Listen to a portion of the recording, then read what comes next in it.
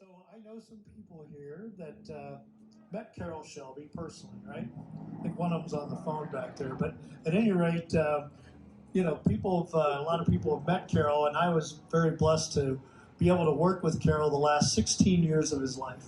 So we got to know a little bit about Carroll Shelby, how he thought, what he was all about, and so forth. And Carroll was all about trying new things and innovations, and he was never done, and he kept reinventing himself, and that was pretty remarkable. He lived his whole life chips all in because he didn't think he had very long, right? 1960, they said, hey, you might have 5 years to live. He lived 52 more years. So you never know, right? So you never give up, and you keep trying new things and so forth. So I were around to see the Indy 500 in the late 60s. A few of you guys, right? Okay. So you may remember they actually fielded turbine cars. They actually had Indy cars that were powered by turbine engines. Carroll Shelby had 2 Indy cars that were turbine engines. Now, they never made the field. He was right there at the end, and at the last minute, he pulled them from the entry because he didn't figure they'd pass tech the way he had put them together. And he was right. Maybe a little cheating that he figured he was going to get caught, so he pulled them anyway. I've got a little Matchbox turbine car that was a Shelby, which is kind of cool. So a lot of people don't realize that Carroll's involved in that. And then when Parnelli Jones almost won the overall race the second year, the car failed with like a $2 part, two laps from the finish. They outlawed the cars. So that's why we don't see turbine-powered Indy cars today. They were all-wheel drive, and there was quite a bit of innovation going on. In 2003, we actually worked with guy Jim Heffel, and we made a Cobra with a big block FE Ford 526 cubic inches that ran on hydrogen. Okay? It was a miserable failure. It worked. I think it came real close to setting the record at Bonneville with that car, but it wasn't practical. And at that time, technology wasn't there for hydrogen. That doesn't mean that someday that won't work.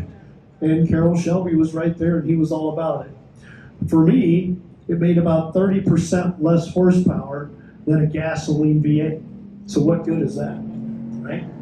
So I guess some people still liked it because basically it had 0 emissions. Put water out the exhaust, which is pretty good. Sometimes in the desert that could come in handy, right? But that didn't make the production line. In 2011, in one of Carroll's last interviews, big interviews that he had, he was talking about Shelby American and the company and the future, and what they'd accomplished in the 60s. And he was the only person on the planet that's ever won as a race car driver, as a manufacturer, and as a team leader. Only one person's ever done that. That was Carroll Shelby. So that's pretty remarkable. But they were talking to him, and they said, tell us about the future and so forth. And Carroll was very big on that. And he said, I'm very excited about new alternative kinds of powertrain things that are coming out. And he specifically called out electrification.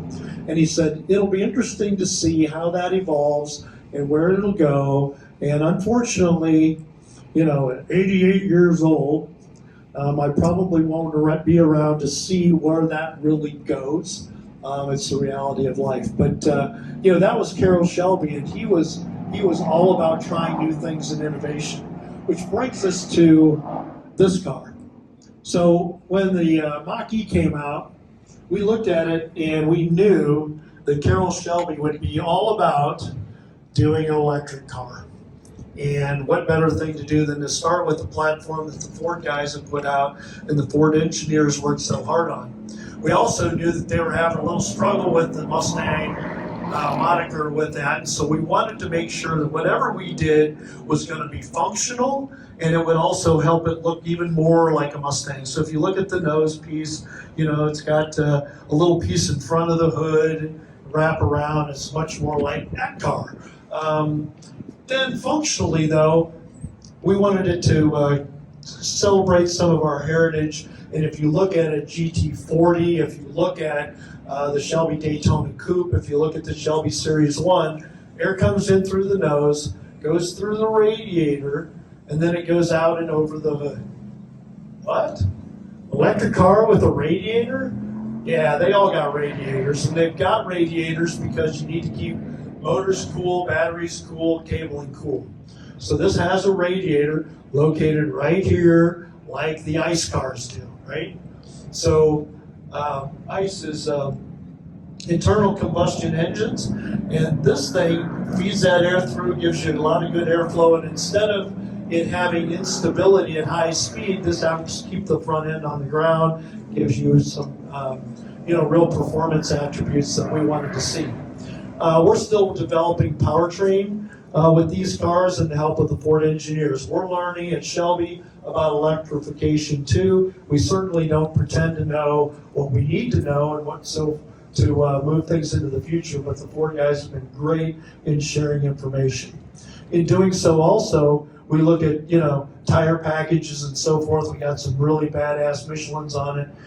We've got some seating, and for those of you, and you guys have all been through the road course already, nice to have some good Recaro seats that hold you in that car.